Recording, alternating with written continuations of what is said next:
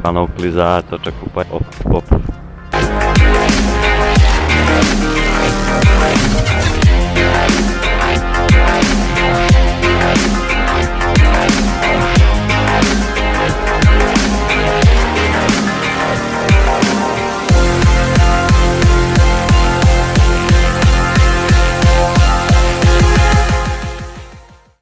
Zašto?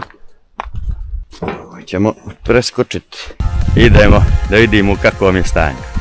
Izgradnja tvrđave Vranovo brdo je završena 1886. godine. Jasno je zašto je ova tačka bila toliko strateški važna, jer predstavlja otvoreni pogled na našu nevjestu Jadrana, kao na dlanu.